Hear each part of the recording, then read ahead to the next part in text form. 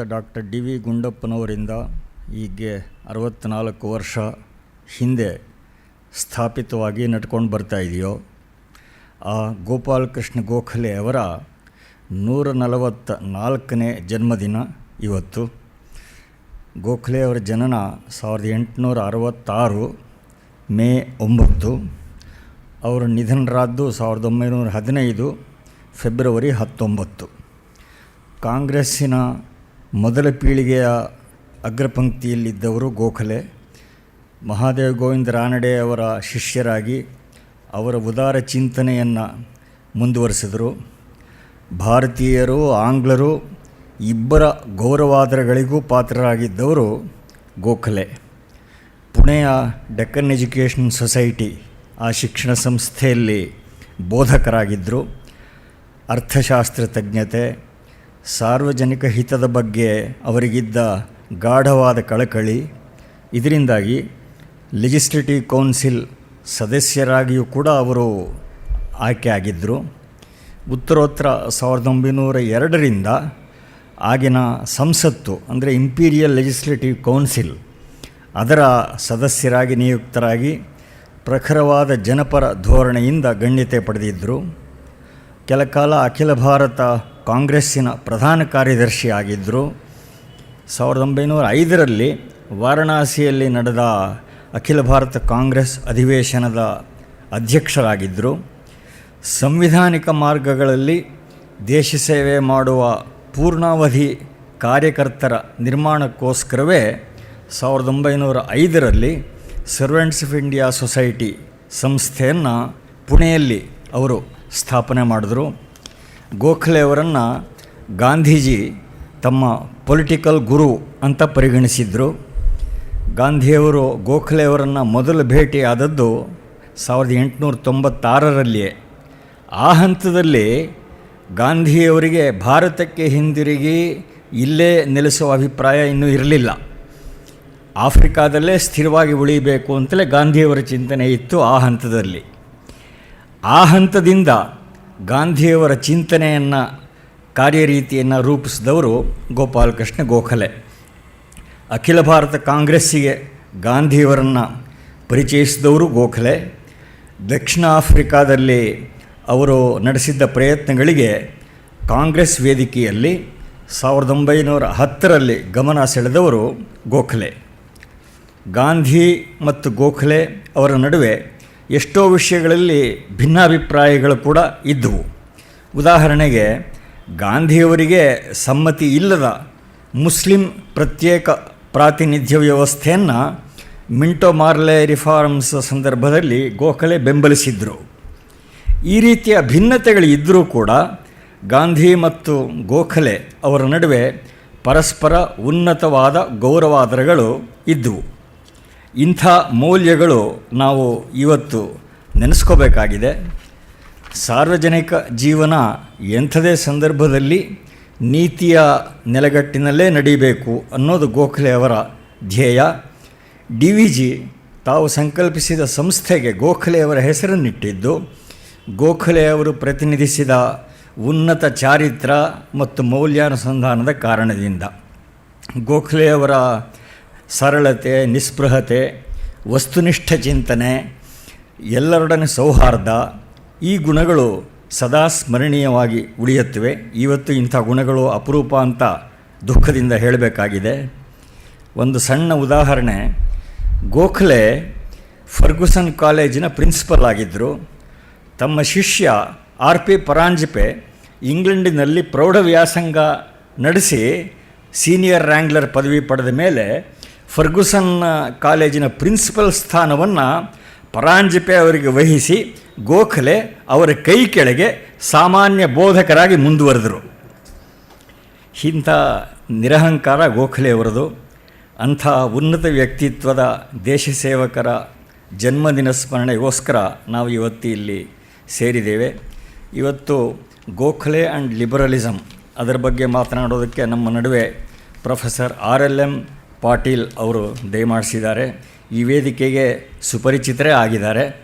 ಬೆಂಗಳೂರು ವಿಶ್ವವಿದ್ಯಾಲಯದ political science ವಿಭಾಗದ ಪ್ರಾಧ್ಯಾಪಕರು, ಹೆಡ್ ಆಫ್ ದ ಡಿಪಾರ್ಟ್ಮೆಂಟ್ ವಿಭಾಗಾಧ್ಯಕ್ಷರಾಗಿದ್ದರು. ಮತ್ತು ಅಣ್ವಸ್ತ್ರಗಳ ಹಿನ್ನೆಲೆಯಲ್ಲಿ ಅಂತಾರಾಷ್ಟ್ರೀಯ ಸಂಬಂಧಗಳು ಈ ವಿಷಯದ ಬಗ್ಗೆ ಅವರ ವಿಶೇಷ ಅಧ್ಯಯನ ಇದೆ. ಇಲ್ಲಿ ಹಲವಾರು ಉಪನ್ಯಾಸಗಳು ಅವ್ರದ್ದು ನಡೆದಿವೆ. ಈ ಪಾರ್ಲಿಮೆಂಟ್ರಿ ಡೆಮಾಕ್ರಸಿ ವೀಕನಿಂಗ್ ಅನ್ನೋ ಬಗ್ಗೆ ಈಗ 3 ವರ್ಷ ಹಿಂದೆ ಮಾತಾಡಿದರು. 2 ವರ್ಷ ಹಿಂದೆ ಈ ಅಣ್ವಸ್ತ್ರ ಒಪ್ಪಂದದ ಅಮೆರಿಕಾ ಅಣ್ವಸ್ತ್ರ ಒಪ್ಪಂದದ ಬಗ್ಗೆ ಕೂಡ ಅವರ ಉಪನ್ಯಾಸ ಆಗಿತ್ತು. ಇವತ್ತು ಗೋಖಲೆ ಅವರ ಬಗ್ಗೆ ಮತ್ತು ಅವರ ಲಿಬರಲ್ ಅಂದರೆ ಉದಾರವಾದಿ ಪರಂಪರೆಯ ಬಗ್ಗೆ ದಯವಿಟ್ಟು ಮಾತನಾಡಬೇಕು ಅಂತ ಪ್ರೊಫೆಸರ್ RLM ಪಾಟೀಲ್ ಅವರನ್ನು ಪ್ರಾರ್ಥನೆ ಮಾಡ್ತೀನಿ. Thank you sir.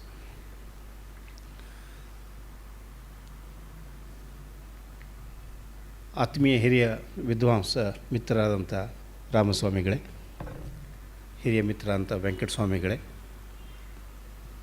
ಮಿತ್ರ ಅಂತ ರಾಮಮೂರ್ತಿಗಳೇ, ಗೋವಿಂದರಾವ್ ಅವರೇ, ಇನ್ನಿತರರೇ, ದೇಶದ ಪ್ರಾತಸ್ಮರಣೀಯ ನಾಮಗಳಲ್ಲಿ ಒಂದಾದಂಥ ಗೋಪಾಲಕೃಷ್ಣ ಗೋಖಲೆ ಅವರ ಹೆಸರಿನಲ್ಲಿ ಒಂದು ಉಪನ್ಯಾಸ ಕೊಡಲಿಕ್ಕೆ ನನಗೆ ಆಹ್ವಾನ ಬಂದರೆ ಖುಷಿಯೋ ಖುಷಿ. ಇಂಥ ಒಂದು ಸದವಕಾಶ ಸಿಗೋದು ಕಷ್ಟ. ನಾನು ರಾಜನೀತಿ ಪ್ರಾಧ್ಯಾಪಕನಾಗಿ ಅಥವಾ ವಿದ್ಯಾರ್ಥಿಯಾಗಿ ಅವ್ರ ಬಗ್ಗೆ ಓದ್ಕೊಂಡಿದ್ದೆ, ಮತ್ತೊಂದು ಸಲ ಓದ್ಕೊಂಡೆ ಈ ಲೆಕ್ಚರ್ ಸಲುವಾಗಿ ಇರಲಿ ಅಂತ. ಒಂದು ಸ್ಟ್ರೈಕಿಂಗ್ ಸಿಮಿಲಾರಿಟಿ ಕಂಡು ಬಂತು. ಇವತ್ತಿನ ನಮ್ಮ ಪ್ರಾಬ್ಲಮ್ಸ್ಗಳೇನಿದೆ ದೇಶದಲ್ಲಿ, ಇಲೆಕ್ಷನ್ದಲ್ಲಿ ಬರುವಂಥ ಈ ಸ್ಕಮ್ಸ್ ಫ್ಲೋಟಿಂಗ್ ಆನ್ ದಿ ಸರ್ಫೇಸ್, ಅದರ ಕಾಂಟ್ರಾಸ್ಟಾಗಿ ಗೋಖಲೆ ಅಂತವ್ರು ಚಾರಿತ್ರ್ಯ ಪುರುಷರು. ಗ್ಲೋಬಲೈಸೇಷನ್ ಕಾಂಟೆಕ್ಸ್ದಲ್ಲಿ ಸಹಿತ ಗೋಖಲೆಯವರು ಜರ್ಮನ್ ಎಕಾನಮಿಸ್ಟ್ ಫ್ರೆಡರಿಕ್ ಲಿಸ್ಟ್ ಅಂತ ಅನ್ನೋರ ವ್ಯೂಗಳನ್ನು ಒಪ್ಪಿಕೊಂಡು ಅದನ್ನು ಉದಾಹರಣೆ ಕೊಡ್ತಾ ಹೋಗುವಾಗ ಅವರು ಮಂಡಿಸಿದಂಥ ವಾದ that is applicable equally well in the context of globalization and India's response. Liberalism ಸಹಿತ ಗೋಖಲೆ ಅವರಿಗೆ ಅಂಟಿಕೊಂಡಂಥ ಒಂದು ಪದ, ಅದಕ್ಕೂ ಇವತ್ತು ಕ್ವಶನ್ ಮಾರ್ಕ್ ಬಂದಿದೆ ಇಂಡಿಯಾದಲ್ಲಿ. Who is liberal, who is not liberal. ಇದು ಎಲ್ಲ ನೋಡಿದರೆ ಗೋಖಲೆ 46 ಇಯರ್ಸ್ ಆಗೋ ಅಲ್ಲ, ಇವತ್ತೇನೂ ಇದು ರೆಲೆವೆಂಟ್ ಆಗಿದ್ದಾರೆ. ಅವರು ಮಾಡಿದಂಥ ವಿಚಾರಗಳು ಯಾವ ಚೌಕಟ್ಟಿನಲ್ಲಿ ಮಾಡಿದ್ರು ಅದು ಇನ್ನೂ ಲಭ್ಯ ಇದೆ ನಮಗೆ. ಅದು ಸರಿಯೋ ತಪ್ಪೋ ಒಳ್ಳೆಯದೋ ಕೆಟ್ಟದೋ ಬೇರೆ ಮಾತು, ಆದರೆ ಅವರಿಂದ ನಾವು ಕಲಿತಕ್ಕಂಥ ಪಾಠಗಳು ಬಹಳ ಇದೆ ಇವತ್ತಿನ ಕಾಲದಲ್ಲಿ. ಗೋಖಲೆ ಒಂದು ಅಪರೂಪದ ವ್ಯಕ್ತಿ, ಒಂದು ವಿಶಿಷ್ಟ ಕಾರಣಕ್ಕಾಗಿಯೂ ಹೌದು. ಗಾಂಧೀಜಿ ಅಂತೂ ಒಪ್ಪಿಕೊಂಡ್ರು ಮನಸ್ಸ, ಗೋಖಲೆ ನನ್ನ ಗುರು, ನನ್ನ ಆದರ್ಶ, ರಾಜಕೀಯ ಗುರು ಅಂತ. ಇಂಟ್ರೆಸ್ಟಿಂಗ್ಲಿ ಅಷ್ಟೇ ಮಾನ್ಯತೆಯನ್ನು ಗೋಖಲೆಗೆ ಕೊಟ್ಟವರಲ್ಲಿ ಮೊಹಮ್ಮದ್ ಅಲಿ ಜಿನ್ನಾ ಸಹಿತ. ಇದೊಂದು ವಿಶಿಷ್ಟ ಒಂದು ಅಕರೆನ್ಸ್ ಅಂತ ಹೇಳ್ಬೋದು ಇಂಡಿಯನ್ ಪೊಲಿಟಿಕ್ಸಲ್ಲಿ. Gandhi and Jinnah having admiration for the same man at the same time. Mohammad Ali ಜಿನ್ನಾನ ಲವರ್ ಆದಂಥ nightingale of India Sarojini Naidu ಅವರು, ಮೊಹಮ್ಮದ್ ಅಲಿ ಜಿನ್ನಾ ಮಾರು ಹೋಗಿದ್ದರು. ಅವರು ಭಾಳಷ್ಟು ಲವ್ ಪೋಯಮ್ಸು ಬರೆದು ಕಳಿಸ್ತಾಯಿದ್ರು, ಮೀಟ್ ಆಗ್ತಾಯಿದ್ರು. One of the couplets was in the desolate hours of midnight my heart cries for thy sight ಅಂತ ಹೇಳಿ ಜಿನ್ನಾ ಕಳಿಸ್ತಾಯಿದ್ರು. ಇಂಥ ಒಂದು ಆತ್ಮೀಯ ಗಳಿಗೆಯಲ್ಲಿ Mohammad Ali Jinnah confesses to Sarojini Naidu that his life ambition was to become a Muslim Gokhale ಅಂತ. It's a great tribute, especially when it comes from an arrogant, egoistic man like Muhammad Ali Jinnah, to say that his life's ambition was to become a Muslim Gokhale. It's a great tribute. Also, a discerning mind can find out, whereas Gandhiji accepts Gokhale as his guru, Jinnah wants to become equivalent to that guru. He wanted to be an equivalent of Gokhale. ಇರ್ರಿ, ಅದು ಸ್ವಲ್ಪ minus ಮಾಡಿದರೆ ಈಗೋಟಿಸ್ಟಿಕ್ approach. He had such a tremendous appreciation and he was his target, life's ambition, ಹಾಗಾಗಬೇಕು ಅಂತ. ಅಂದರೆ ನಿಜವಾಗಿಯೂ Gokhale was A gym who was admired, respected and became a role model for both Mahatma Gandhi and Quaid-e-Azam Muhammad Ali Jinnah. ಆನಂತರ ಪಾಲಿಟಿಕ್ಸ್ಗೆ ಇವರು ಜಿನ್ನಾ ಬಹಳಷ್ಟು ಡೀಪಾಗಿ ಹೋದಾಗ communalism ಆಯಿತು, violence ಉಪಯೋಗ ಮಾಡಿಕೊಂಡ್ರು, ಆ್ಯಕ್ಷನ್ ಡೇ ಅಂತ ಮಾಡಿಕೊಂಡ್ರು. ಅದೆಲ್ಲ ಗೋಖಲೆ ಅವ್ರಿಗೆ ಒಪ್ಪುವಂಥ ಮಾತಲ್ಲ. ಆ ವಿಷಯ ಬೇರೆ. Developments took place later on. But at one point of time, critical point of time, he evoked nothing but respect and regard from everybody, including his arch rival Lokmanya Tilak. They were personally good friends. ಆದರೆ ಪೊಲಿಟಿಕ್ಸಲ್ಲಿ ಒಂದು ನಿಲುವು ತೊಗೊಳ್ಬೇಕಾದ್ರಿಂದ ಬೇರೆ ಬೇರೆ ನಿಲುವು ತೊಗೊಂಡ್ರು ಅವರು. Setting aside the main topic, there is some feeling in our country that Tilak and Gokhale ಅವರು arch ರೈವಲ್ಸೂ ಆಗಿದ್ದರು. ಆದರೆ ಯಾಕೆ ಆಗಿದ್ದರು ಅಂತ ನಾವು ಕೇಳೋದಿಲ್ಲ. ಇಬ್ಬರಿಗೂ ಬಹುಶಃ goal was to improve India, develop India. ಆದರೆ ಮಾರ್ಗಗಳು ಯಾವುದು ಅದರ ಮೇಲೆ ಭಿನ್ನಾಭಿಪ್ರಾಯ ಬಂತು. ಬ್ರಿಟಿಷ್ ಸರ್ಕಾರದ ಸಹಾಯ ತೆಗೆದುಕೊಂಡು ಮಾಡಬೇಕಾ ಅಥವಾ ಬ್ರಿಟಿಷ್ ಸರ್ಕಾರವನ್ನು ಮೊದಲು ಓಡಿಸಿಬಿಟ್ಟು ಅನಂತರ ಅದು ನಮ್ಮಷ್ಟಕ್ಕೆ ನಾವೇ ಡೆವಲಪ್ ಮಾಡಬೇಕಾ ಅಂತ. It's question of strategy, question of tactics. ಇದರ ಬಗ್ಗೆ ಅವ್ರಿಗೆ ಭಿನ್ನಾಭಿಪ್ರಾಯ ಬಂದು we treated them as rivals, though in fact they were not rivals. ಆದರೆ ಗೋಖಲೆಗೆ ಲಿಬ್ರಲಿಸಮ್ ಅನ್ನೋ ಒಂದು ಪದ ಅಂಟುಕೊಂಡೆ. Gokhale and liberalism mutually exchangeable terms ಆಯಿತು. ಆದರೆ ಲಿಬ್ರಲಿಸಮ್ ಅಂದರೆ ಏನು ಅಂತ ನಾವು ಅರ್ಥ ಮಾಡ್ಕೊಳ್ಳಿಲ್ಲ ಇನ್ನೂ ಸರಿಯಾಗಿ. ನಾವು ಅಂದರೆ ಸ್ಟೂಡೆಂಟ್ಸ್ ಆಫ್ ಪಾಲಿಟಿಕ್ಸ್. ಲಿಬ್ರಲಿಸಮ್ಗೆ ನಾವು ಸರಿಯಾದ ಡೆಫಿನಿಷನ್ ಕೊಟ್ಟಿಲ್ಲ. ಮಾಮೂಲಿ ಭಾಷೆಯಲ್ಲಿ ನಾವು ಉಪಯೋಗಿಸೋ ಶಬ್ದ ಲಿಬ್ರಲ್ ಅಂತ. ನಾವು ಎಕ್ಸಾಮಿನರ್ಸ್ ಆದಾಗ ಲಿಬ್ರಲ್ ಆಗಿ ಮಾರ್ಕ್ಸ್ ಹಾಕಿ ಸ್ವಾಮಿ ಅಂತ ಹೇಳ್ತಾರೆ. ಲಿಬ್ರಲ್ ಆಗಿ ಅಂತಂದರೆ ಅಲ್ಲಿ ಏನೋ ಜನರಸ್ ಆಗಿ, ಔದಾರ್ಯ ಪೂರ್ಣ ಹೃದಯದಿಂದ ಅವರಿಗೆ ಮುಕ್ತವಾಗಿ ಮಾರ್ಕ್ಸ್ ಹಾಕೋದು ಲಿಬ್ರಲ್. ಡೊನೇಷನ್ನು ಲಿಬ್ರಲ್ಲಾಗಿ ಕೊಡಿ ಅಂತ ಕೇಳ್ತೇವೆ. ಇದು ಲಿಬ್ರಲ್ ಮ್ಯಾನ್ ಅಂತ. ಆ ಅರ್ಥ ಇಲ್ಲಿ ಸರಿ ಹೋಗೋದಿಲ್ಲ ಪಾಲಿಟಿಕ್ಸಲ್ಲಿ. ಪೊಲಿಟಿಕಲ್ ಥಿಯರಿ ಅಥವಾ ಪೊಲಿಟಿಕಲ್ ಫಿಲಾಸಫಿಯಲ್ಲಿ ಲಿಬರಲ್ ಅಂತ ಹೇಳಿದರೆ that is a dimension of capitalism. ಆ ರೀತಿ ಥಿಯರಿಯಲ್ಲಿ ನಡ್ಕೊಂಡು ಬಂದಿದೆ. So if you use the term correctly in its precise form, liberal is a man or liberal is philosophy of a man who upholds capitalism or capitalist approach to developing society and state as against communism and socialism. ಅದಕ್ಕೂ ಒಂದು ನೆಲೆಗಟ್ಟಿದೆ. ಯಾಕೆ ಹಾಗೆ ಹೇಳ್ತಾರೆ? Why should liberalism be treated as a dimension of capitalism? Capitalism ಅಂದರೆ ಏನು? Capitalism ಅಂದರೆ state intervene ಮಾಡಬಾರ್ದು. Government, state and government, they should stay away as much as possible from interfering in the affairs of men in society. Leave men alone. ಅವ್ರು ತಮ್ಮಷ್ಟು ತಾವೇ develop ಆಗಬೇಕು. ಕೇವಲ security, safety, law and order maintain ಮಾಡೋ ಕೆಲಸ ಇಷ್ಟು ಮಾತ್ರ, ಮತ್ತು ಬೇಸಿಕ್, ಭಾಳ ಬೇಸಿಕ್ ಅಂತ ಇನ್ಫ್ರಾಸ್ಟ್ರಕ್ಚರ್ ಮಾತ್ರ ಸ್ಟೇಟ್ ಅಥವಾ ಗೌರ್ಮೆಂಟ್ ಕೊಡಬೇಕು, ಪ್ರೊವೈಡ್ ಮಾಡಬೇಕು. ಉಳಿದು ಯಾವುದಕ್ಕೂ ಸ್ಟೇಟ್ ಇಂಟರ್ಫಿಯರ್ ಮಾಡಿಕೊಡೋದು. ಅಂದರೆ ಮಾತ್ರ ಇಂಡಿವಿಜುವಲಿಸಮ್ ಬರ್ತದೆ. ಇಂಡಿವಿಜುವಲ್ ಎಫರ್ಟ್ಸ್ ಅಂತ ಮೇಲೆ ಹೇಳ್ತಾರೆ ಜನ. And that makes everybody energetic and ambitious. ಇದನ್ನು ಬಿಟ್ಟು ಬೇರೆ ಮಾಡಬಾರ್ದು ಅಂತ. ಅದು ಕ್ಯಾಪಿಟಲಿಸಮ್ ಹೆಲ್ಪ್ ಆಗುತ್ತೆ. ಕ್ಯಾಪಿಟಲ್ ಗ್ರೋತ್ ಆಗುತ್ತೆ, ಇನ್ವೆಸ್ಟ್ಮೆಂಟ್ ಸರಿಯಾಗುತ್ತೆ, ಪ್ರಾಫಿಟ್ ಮೋಟಿವ್ ಬರ್ತದೆ, ದುಡಿತಾರೆ ಜನ, ಆಮೇಲೆ ಬೇರೆ ಬೇರೆ ಡೆವಲಪ್ಮೆಂಟ್ ಆಗುತ್ತೆ. ಈ ಸಿದ್ಧಾಂತಕ್ಕೆ ಬದ್ಧರಾದವರು ಲಿಬ್ರಲ್ ಅಂತ ಕರೆಸಿಕೊಳ್ತಾರೆ. ಜಾನ್ ಸ್ಟುವರ್ಟ್ ಮಿಲ್ ಅಂತ ಏನೋ ಒಬ್ಬರಿದ್ದರು ಇಂಗ್ಲೆಂಡದಲ್ಲಿ. ಇವರಿಗೆ ಸ್ವಲ್ಪ ಗುರು ಅಂತ ಇದ್ದರು. ಅವರಿಂದ ಭಾಳಷ್ಟು ಇನ್ಸ್ಪಿರೇಷನ್ ಪಡೆದುಕೊಂಡ್ರು ಗೋಖಲೆ ಅವರು, ಜಾನ್ ಸ್ಟುವರ್ಟ್ ಮಿಲ್ಲಿಂದ. ಅವರು ಇದೇ ರೀತಿ ನೆಗೆಟಿವ್ ಲಿಬರಲ್ ಫಿಲಾಸಫಿ ಅಂತ. ನೆಗೆಟಿವ್ ಅಂದರೆ ಸ್ಟೇಟ್ ಮಸ್ಟ್ ಸ್ಟೇ ಅವೇ ಅಂತ. ಆದರೆ ವಿಚಿತ್ರ ಅಂದರೆ ಈ ಲಿಬರಲ್ ಫಿಲಾಸಫಿ, ಲಿಬರಲ್ ಐಡಿಯಾಲಜಿ ಏನದೇ ಇಂಗ್ಲೆಂಡದಲ್ಲಿ ಡೆವಲಪ್ ಆದಾಗೆ, ಫ್ರಾನ್ಸಲ್ಲಿ ಡೆವಲಪ್ ಆದಾಗೆ, ಜರ್ಮನಿಯಲ್ಲೂ ಡೆವಲಪ್ ಆದಾಗೆ, ಯುರೋಪ್ದಲ್ಲಿ ಡೆವಲಪ್ ಆದಾಗೆ, ಇಟ್ ಚೇಂಜಸ್ ಇಟ್ಸ್ ಫಾರ್ಮ್. ಒಂದು ಸಲ ನೆಗೆಟಿವ್ ಆಗಿ ಬರ್ತದೆ, state should stay away from the individual ಅಂತ. ಸ್ವಲ್ಪ ವರ್ಷಗಳ ನಂತರ ಅದೇ ಲಿಬರಲಿಸಮ್ ಪಾಸಿಟಿವ್ ಆಗಿ ಕಾಣ್ ಬರ್ತದೆ. The state has a duty to provide education, at least primary education. The state has a primary duty to provide health facilities, housing, employment, ಇದೆಲ್ಲ ಕೊಡಬೇಕು ಅಂತ. ಕೊಡದೆ ಹೋದರೆ ಇಂಡಿವಿಜುವಲ್ ಗ್ರೋತ್ಗೆ ಅದು ಅಫೆಕ್ಟ್ ಆಗುತ್ತೆ, ಮಾರಕವಾಗ್ತದೆ. ಬೇಸಿಕ್ ಫೆಸಿಲಿಟೀಸ್ ಇಲ್ಲದೆ ಹೋದರೆ individual cannot fulfil himself. He cannot exercise the freedom given to him by nature or god. ಅದನ್ನ ಎಕ್ಸಸೈಸ್ ಮಾಡಲಿಕ್ಕೆ ಅವ್ನಿಗೆ ತಾಕತ್ತು ಬೇಕು, ವಿವೇಚನೆ ಬೇಕು, ಶಕ್ತಿ ಬೇಕು. ಆ ಶಕ್ತಿಯನ್ನಾದರೂ ಸ್ಟೇಟ್ ಕೊಡಬೇಕು. ಆ ನಂತರ ಆತ ಬೇಕಾದ ಮಾಡ್ಕೊಳ್ಳಿ. ಅದೇನು ಕೊಡದೆ ಹೋದರೆ it will be jungle raj, might is right ಅನ್ನೋ ಒಂದು ಪ್ರವೃತ್ತಿ ಬೆಳೆದು ಬರ್ತದೆ. ಅದಾಗಬಾರ್ದು ಅಂತ ಹೇಳಿದ್ರೆ the state must assume certain basic duties, ಅದನ್ನು ಪ್ರೊವೈಡ್ ಮಾಡೋದು. ಇದು ಪಾಸಿಟಿವ್ ಲಿಬರಲಿಸಮ್ ಆಗುತ್ತೆ.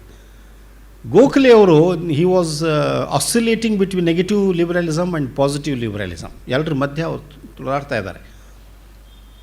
Individually as I must have freedom, state must not tell me what to write and what to read and what to do ಅದು ತಗೋತಾರೆ. ಆದರೆ ಇಡೀ ರಾಷ್ಟ್ರ ಹಿಂದುಳಿದಿದೆ, ಅಗ್ರಿಕಲ್ಚರಲ್ ಬೇಸ್ ಆಗಿದೆ. ಅಗ್ರಿಕಲ್ಚರ್ ಇಷ್ಟೊಂದು ಬೇಸ್ ಆಗಿದೆಯಲ್ಲ, ಬೇರೆ ಇಂಡಸ್ಟ್ರಿ ಯಾವುದು ಬರ್ತಾಯಿಲ್ಲ, ಬರಬೇಕು.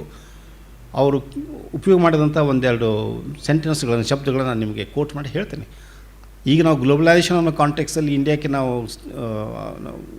ಒಂದು ಸ್ಟ್ಯಾಂಡ್ ತೊಗೊಳ್ತಾ ಇದ್ದೇವೆ. The state must come forward and protect our incipient industry, provide protection to industry ಅಂತ. ಈ ಮಾತುಗಳನ್ನು ಗೋಖಲೆಯವರು 140 ವರ್ಷಗಳ ಹಿಂದೆ, 125 ವರ್ಷಗಳ ಹಿಂದೆ ಬರೆದಿದ್ದಾರೆ.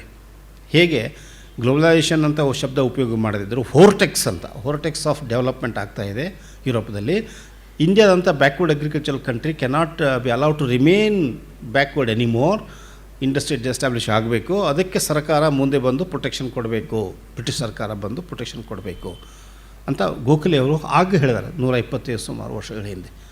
ಅಂದರೆ ಈ ಕಡೆ ಪಾಸಿಟಿವ್ ಲಿಬರಲಿಸಮು ಬೇಕು, ಸರ್ಕಾರ ಪಾಸಿಟಿವ್ ಆಗಿ ಡೆವಲಪ್ಮೆಂಟಿಗೆ ಹೆಲ್ಪ್ ಆಗೋ ಹಾಗೆ ಉಪಕ್ರಮಗಳನ್ನು ಕೈಗೊಳ್ಳಬೇಕು.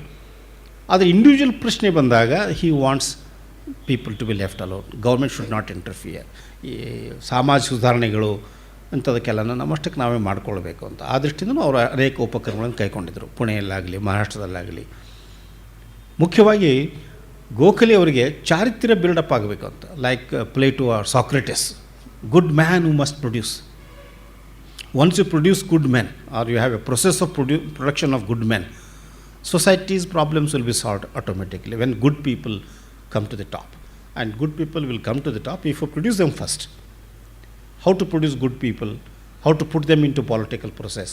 ಅದಕ್ಕೆ ಅವರು ಚಾರಿತ್ರ್ಯ ಬೆಳೆಸ್ಕೊಳ್ಳಿ, ಒಳ್ಳೆ ಕ್ಯಾರೆಕ್ಟರ್ ಬೆಳೆಸ್ಕೊಳ್ಳಿ, ವಿದ್ಯೆ ತಗೊಳ್ಳಿ, ಸೆಲ್ಫ್ಲೆಸ್ನೆಸ್ ಬೆಳೆಸ್ಕೊಳ್ಳಿ, ಸ್ಯಾಕ್ರಿಫೈಸ್ ಮಾಡಿ.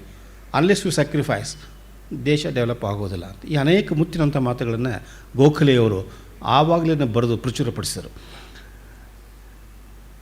ಗೋಖಲೆಯವರ ಕಾಂಟ್ರಿಬ್ಯೂಷನ್ನು 2 ಮಾತ್ರ ಹೇಳಿ ಅಂತ ಹೇಳಿದ್ರೆ, ಮೊದಲನೇದು ಬಿಲ್ಡಿಂಗ್ ನೇಷನ್ಸ್ ಕ್ಯಾರೆಕ್ಟರ್.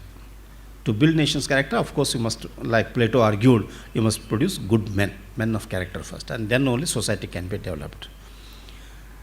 ಎರಡನೇದು ಅವ್ರದ್ದು liking for the British and faith or trust in the British ability, statesmanship of British people. ನಮ್ಮ ದೇಶ ಉದ್ಧಾರ ಆಗಬೇಕಾದ್ರೆ ನಮ್ಮಿಂದನೇ ಸಾಧ್ಯ ಇಲ್ಲ, ನಾವು ಹಾಳು ಮಾಡಿಬಿಟ್ಟಿದ್ದೇವೆ ನಮ್ಮ ದೇಶವನ್ನೇ, ನಮ್ಮ ಸಮಾಜವನ್ನು. ದೇವರ ದಯೆಯಿಂದ ಬಂದಿದೆ ಈ ಕಾಲ. ಇದನ್ನು ದಾದಾಭಾಯಿ ನವರೋಜಿಯವರು ಹೇಳಿದರು, ಮಹಾದೇವ್ ಗೋವಿಂದ ರಾನಡೆ ಅವರು ಹೇಳಿದರು, ಗೋಖಲೆಯವರು ಹೇಳ್ತಾರೆ. It is divine dispensation that the British have come to rule India. We should be thankful to them and God. ಅಂದರೆ ಅವರಲ್ಲಿ ಒಂದು ತಪ್ಪು ಕಲ್ಪನೆ ಅಲ್ಲ, ಇದು ಒಂದು ವಿನೀತ ಭಾವನೆ ಆಗಿದೆ, ನಡೀತಾ ಇದೆ.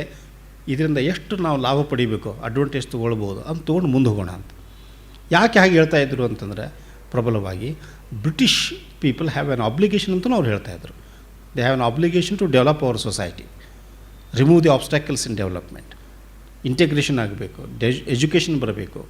ಇದೆಲ್ಲ ಆದರೆ ಒಳ್ಳೆ ಬ್ಯೂರೋಕ್ರಸಿ ಬರಬೇಕು, ಕೆಟ್ಟ ಬ್ಯೂರೋಕ್ರಸಿ ಅಲ್ಲ. ಒಳ್ಳೆ ಬ್ಯೂರೋಕ್ರಸಿ ಬಂದರೆ ನಮ್ಮ ದೇಶ ಉದ್ಧಾರ ಆಗುತ್ತೆ. ಅದು ನಮ್ಮಿಂದನೇ ಸಾಧ್ಯ ಇಲ್ಲ. ಈಗಲೂ ನೋಡ್ತಾ ಇದ್ದೀರಾ, ರೀಜನಲ್ ಪಾರ್ಟೀಸು, ಲೋಕಲ್ ಪಾರ್ಟೀಸು ಬಂದುಬಿಟ್ಟು ನ್ಯಾಷನಲ್ ಪರ್ಸ್ಪೆಕ್ಟಿವ್ ಅನ್ನೋದು ಕಳ್ಕೊಂಡಿದೆ. 150 ವರ್ಷಗಳಿಂದ ಇದಕ್ಕಿಂತ ಕೆಟ್ಟದಾಗಿತ್ತು. ಸಣ್ಣ ಪುಟ್ಟ ರಾಜ್ಯಗಳು, ಅಲ್ಲಿ ಪೊಲಿಟಿಷಿಯನ್ಸು ಅವರ ಆರ್ಥಿಕ ಪರಿಸ್ಥಿತಿಯಲ್ಲಿ ಇಡೀ ದೇಶದ ಕಲ್ಪನೆ ಮಾಡಿಕೊಂಡು ಹೋರಾಡೋರು ಭಾಳ ಕಮ್ಮಿ ಇದ್ದರು. ಅದಕ್ಕೆ ಬ್ರಿಟಿಷ್ ಸರ್ಕಾರ ಬಂದಾಗಿಂದ ಒಂದು ಕಲ್ಪನೆ ಬಂದಿದೆ, ನಾವು ಭಾರತೀಯರು, ನಮ್ಮ ದೇಶ ಒಂದು, ಸಮಾಜ ಒಂದು. ಆಮೇಲೆ ನಮ್ಮಲ್ಲಿ ಹೊಡೆದಾಡ್ಕೊಳ್ಳೋ ಪರಿಸ್ಥಿತಿ, ಒಂದು ಮನೋಭಾವ ವಿಪರೀತ ಆಗಿದೆ. ಅದನ್ನು ಹೋಗ್ಲಾಡಿಸ್ಲಿಕ್ಕಾದರೂ ಅವರು ಬಂದು ಇಲ್ಲಿ ರಾಜ್ಯ ಮಾಡಿ ನಮ್ಮನ್ನು ಆಳ್ತಾ ಇದ್ದಾರಲ್ಲ, ಒಳ್ಳೆಯ ಸಂಗತಿ. ಅವರಿಂದ ಡೆವಲಪ್ಮೆಂಟ್ ಎಕ್ಸ್ಪೆಕ್ಟ್ ಮಾಡೋಣ. ಎರಡನೇದಾಗಿ, ಬ್ರಿಟಿಷರ ಸೆನ್ಸ್ ಆಫ್ ಫೇರ್ನೆಸ್, ಬ್ರಿಟಿಷರ ಸೆನ್ಸ್ ಆಫ್ ಜಸ್ಟಿಸ್, ಬ್ರಿಟಿಷರ ಸೆನ್ಸ್ ಆಫ್ ಲಿಬರಲಿಸಮ್, ಅದರಲ್ಲಿ ಇವರಿಗೆ ಅತೀವ ವಿಶ್ವಾಸ ಇತ್ತು. So they thought they can educate British public opinion and thereby bring about reforms in India with their help, rather than as Tilak would have done, pressurize the British and make them withdraw. Pressurising tactics ಬೇಡ, persuasive tactics ಮಾಡೋಣ. And ಆ full faith in their liberalism. ಇದಕ್ಕೂ Gokhale liberal ಅಂತ ಕರೆಸಿಕೊಳ್ತಾರೆ. ಇಲ್ಲಿ ಅಷ್ಟೇ ಅಲ್ಲ, ಇಂಗ್ಲೆಂಡ್ದಲ್ಲಿನೂ ಅವ್ರು ಹೋಗಿ ಅಲ್ಲಿ ಅಡ್ಡಾಡಿ ಭಾಷಣ ಮಾಡಿ ಅಲ್ಲಿ ಜನರಲ್ಲಿನೂ ಒಂದು ಕಂಡುಕೊಳ್ತಾರೆ ಇಂಥ ಭಾವನೆಯನ್ನು. ಯಾಕೆಂದರೆ ಅವ್ರಿಗೆ ಅದು ಬೇಕಾಗಿತ್ತು, ಬ್ರಿಟಿಷರ ಪ್ರೋತ್ಸಾಹದಿಂದ ನಮ್ಮ ದೇಶ ಬೆಳೀಬೇಕು ಅಂತ. ಇವೆಲ್ಲವೂ ವಿಚಾರಗಳನ್ನು ನಾವು ನೋಡಿದರೆ ನಾವು ಪುನಃ ಗೋಖಲೆ ಅವರ ಲೇಖನಗಳನ್ನು ಓದಬೇಕು, ಅವರ ಮಾತುಗಳನ್ನು ಕೇಳಬೇಕು ಅಂತ ಅನಿಸ್ತದೆ. ಅವರಲ್ಲಿದ್ದಂಥ ಒಂದು ಸ್ಟೇಟ್ಸ್ಮನ್ಶಿಪ್, ರಾಮಸ್ವಾಮಿಗಳಾಗಲೇ ಹೇಳಿದರು, ಅವರು ಕೇವಲ ಗೋಖಲೆ ಅವರು ಪ್ರೊಫೆಸರ್ ಆಗಿ ಅಥವಾ ಇಂಡಿವಿಜುವಲ್ ಆಗಿ ಉಳಿಲಿಲ್ಲ, ಅವರು ಇಂಪೀರಿಯಲ್ ಲೆಜಿಸ್ಲೇಟಿವ್ ಕೌನ್ಸಿಲ್ ಮೆಂಬರ್ ಆದರು. ಅಲ್ಲಿ ಪ್ರತಿ ವರ್ಷ ಬಜೆಟ್ ಮೇಲೆ ಭಾಷಣಗಳನ್ನು ಭಾಳ ಚೆನ್ನಾಗಿ ಮಾಡ್ತಾಯಿದ್ರು. Mohammad Ali Jinnah also was a member of that legislative council. He himself used to say I admire my leader and his speeches, I echo them endorse them ಅಂತ. ಅಷ್ಟು ಒಳ್ಳೆಯ ಭಾಷಣ ಅವ್ರು ಮಾಡ್ತಾಯಿದ್ರು. ಅದರಿಂದ ಅನೇಕ ಲೇಖನಗಳಲ್ಲಿ ಉದ್ಧರಣೆ ಆಗಿದೆ ಗೋಖಲೆ ಅವರ ಮಾತುಗಳು. ಪ್ರತಿ ವರ್ಷವೂ ಅವರು ಪ್ರೆಸೆಂಟ್ ಮಾಡ್ತಾಯಿದ್ರು ಗೌರ್ಮೆಂಟ್ಗೆ, ಬ್ರಿಟಿಷ್ ಗೌರ್ಮೆಂಟ್ಗೆ ತಮ್ಮ ಬೇಡಿಕೆಗಳನ್ನು, ನಮ್ಮ ದೇಶ ಹೇಗೆ ಉದ್ಧಾರ ಆಗಬೇಕು, ನೀವೇನೇನು ಮಾಡಬೇಕು ಅಂತ. ಆ ಬಜೆಟ್ ಸ್ಪೀಚಲ್ಲಿ ಅವರು ಮಂಡಿಸಿದಂಥ 7 ಸ್ಟೆಪ್ಸು ಅಥವಾ ಪ್ರಪೋಸಲ್ಸು ಅಥವಾ 9 ಪ್ರಪೋಸಲ್ಸು ಅವನ್ನು ಓದಿದರೆ ನಾವು ನಿನ್ನೆ ಮೊನ್ನೆ ಪೇಪರ್ಸ್ ಓದ್ತಾ ಇದ್ದೇವೋ ಅಂತ ಅನಿಸುತ್ತೆ. ಲೈಕ್ ಪಂಚಾಯತ್ ರಾಜ್, ನಾವು ಇವತ್ತು ಪಂಚಾಯತ್ ರಾಜ್ PR ಅಂತ ಹೇಳಿ ಭಾಳ ಇನ್ಫಾರ್ಮಲ್ ಆಗಿ ಡಿಸ್ಕಸ್ ಮಾಡ್ತಾರೆ. ಇದನ್ನು ಅವರು ಆವಾಗಲೇ ಹೇಳಿದ್ರು, ಡಿಸೆಂಟ್ರಲೈಸೇಷನ್ ಆಫ್ ಪವರ್ ಆಗಬೇಕು, ಕಮ್ಯುನಿಟಿ ಡೆವಲಪ್ಮೆಂಟ್ ಆಗಬೇಕು, ಪೊಲೀಸ್ ರಿಫಾರ್ಮ್ಸ್ ಆಗಬೇಕು ಅಂತ ಅವರು ಆವಾಗಲೇ ಹೇಳಿದ್ದಾರೆ. 1905-7 ಪೊಲೀಸ್ ರಿಫಾರ್ಮ್ಸ್ ಆರ್ ಡ್ಯೂ. ನಾವು ಅದನ್ನೇ ಹೇಳ್ತಾ ಇದ್ದೇವೆ, ಹೇಳ್ತಾನೆ ಇದ್ದೇವೆ, ಅದು ಏನೂ ಆಗ್ತಾಯಿಲ್ಲ. ಅದೇ ರೀತಿ ಪ್ರೈಮರಿ ಎಜುಕೇಷನ್ ಕಂಪಲ್ಸರಿ ಏನು ಫ್ರೀ ಮಾಡಬೇಕು ಅಂತ ಈ ಮಹಾಶಯರು 125 ವರ್ಷಗಳಿಂದಲೇ ಹೇಳಿದ್ದಾರೆ, ಬರೆದಿದ್ದಾರೆ, ಆರ್ಗ್ಯೂ ಮಾಡಿದ್ದಾರೆ ಬಜೆಟ್ ಸ್ಪೀಚಲ್ಲಿ. He has urged very strongly ನಮ್ಮಲ್ಲಿ free compulsory primary education plus, ಅದು ನೋಡಿ ಅದು ಸಹಿತ ಇವತ್ತಿಗೆ ನಾವು ಪ್ರಚಲಿತದಂಥ ವಿಷಯವನ್ನು ನೋಡ್ತಾ ಇದ್ದೇವೆ, plus industrial and scientific education ಅದನ್ನು ಹೇಳಿದ್ದಾರೆ ಅವರು. ಅದು ಇನ್ನೂವರೆಗೂ ಆಗ್ತಾಯಿಲ್ಲ ಸರಿಯಾಗಿ. Free and compulsory primary education plus scientific and industrial education ಬರಬೇಕು ಅಂತ ಗೋಖಲೆಯವರು 125 ವರ್ಷಗಳಿಂದಲೇ ಪ್ರತಿಪಾದನೆ ಮಾಡಿದ್ದಾರೆ. ಅಂದರೆ ಈ ಮನುಷ್ಯರಲ್ಲಿ ಇದ್ದಂಥ ಒಂದು ಒಂದು ನಿಲುವಿದೆ, ಸ್ಟಡೀಡ್ ಪೊಸಿಷನ್ ಏನು ತೊಗೊಂಡಿದ್ದಾರೆ, ಅದು ಭಾಳ ವರ್ಷಗಳವರೆಗೆ ನಿಲ್ಲತಕ್ಕಂಥದ್ದು ಗಟ್ಟಿತನ ಇದೆ ಅದರಲ್ಲಿ. Observation was based upon very strong sense of reality. ಅದಿನ್ನೂ ಬದಲಾಗಿಲ್ಲ ನಮ್ಮಲ್ಲಿ. ಇವತ್ತಿಗೂ ಪ್ರೈಮರಿ ಎಜುಕೇಷನ್ನು ಬಂದಿಲ್ಲ, ಇಂಡಸ್ಟ್ರಿಯಲ್ ಸೈಂಟಿಫಿಕ್ ಎಜುಕೇಷನು ಬಂದಿಲ್ಲ. ಹೀಗಾಗಿ ಇವತ್ತು ನಾವು ಇನ್ನೂ third world country, backward country ಲಿಸ್ಟ್ನಲ್ಲೇ ಇದ್ದೇವೆ. ಹೋಗಬೇಕಿದು. ಸರಿ, ಹೀಗೆ ಗೋಖಲೆಯವರ ಸ್ಟಡೀಡ್ ಪೊಸಿಷನ್ಸ್ ಅಸೆಂಬ್ಲಿಯಲ್ಲಾಗಲಿ, ಕೌನ್ಸಿಲ್ದಲ್ಲಾಗಲಿ ಅಥವಾ ಅವ್ರ ಅನೇಕ ಭಾಷಣಗಳಾಗಲಿ ಕಂಡು ಬರ್ತದೆ. ಒಂದು ಪರ್ಸನಲ್ ಕ್ಯಾರೆಕ್ಟರ್ ತಮ್ಮದಷ್ಟೇ ಅಲ್ಲ, ಸರ್ವೆಂಟ್ಸ್ ಆಫ್ ಇಂಡಿಯಾ ಸೊಸೈಟಿ ಅವರು ಎಸ್ಟಾಬ್ಲಿಷ್ ಮಾಡಿದ ಉದ್ದೇಶ ಏನು ಅಂದರೆ, this country requires a band of dedicated, educated, selfless souls. ಅದಕ್ಕಾಗಿ ಮಾಡಿದರು. ಅದರಲ್ಲಿಯೂ ಸಹಿತ ಅವರು ಸ್ವತಃ ಬರೆದಿದ್ದಾರೆ, ಅದರದ್ದು ಚಾರ್ಟರು ಅಥವಾ ಕಾನ್ಸ್ಟಿಟ್ಯೂಷನ್ ಅಂತ ನಾವೇನು ಹೇಳ್ತೀವಿ, ಅದರಲ್ಲಿ ಅವರು ಬ್ರಿಟಿಷ್ ಸಹಾಯವನ್ನು ಎಕ್ಸ್ಪೆಕ್ಟ್ ಮಾಡ್ತಾರೆ. ಅದಕ್ಕೆ ವಿರೋಧಿಸಿಲ್ಲ, ಬ್ರಿಟಿಷ್ ಸರ್ಕಾರವನ್ನು ವಿರೋಧಿಸಿಲ್ದೇ ನಮ್ಮನ್ನು ನಾವು ಉದ್ಧಾರ ಮಾಡಿಕೊಳ್ಬೇಕು. Public life must be spiritualised, first sentence ಅವರು ಬರೆದದ್ದು. ಇವತ್ತು ಆ ಸ್ಪಿರಿಚುವಲೈಸ್ಡ್ ಹೋಗಿಬಿಟ್ಟು ಸ್ಪಿರಿಟೈಸರ್ ಆಗಿಬಿಟ್ಟಿದೆ.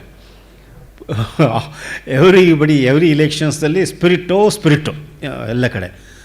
So public life must be spiritualised. Gandhiji ಇದನ್ನೇ ಹೇಳಿದರು. ಆನಂತರ we attribute that sentence or slogan to Gandhiji. For me politics is a political avocation ಅಂತ ಗಾಂಧೀಜಿ ಹೇಳಿದರು. ಅದನ್ನು ಗೋಖಲೆಯವರಿಂದನೇ ಕಲ್ತದ್ದವರು. A fervent patriotism which rejoices at every opportunity of sacrifice for the motherland. ಇದು ಓದಿದರೆ RSS ಅವರು ಬರೆದಿರಬೇಕು ಅನ್ಸುತ್ತಾರೆ, BJP ಅವರು RSS ಅವರು ಒಕ್ಕಣಿಕೆ ಇರಬೇಕು ಅಂತ. A fervent patriotism which rejoices at every opportunity of sacrifice for the motherland. A dauntless heart which refuses to be turned back from its object by difficulty or a danger.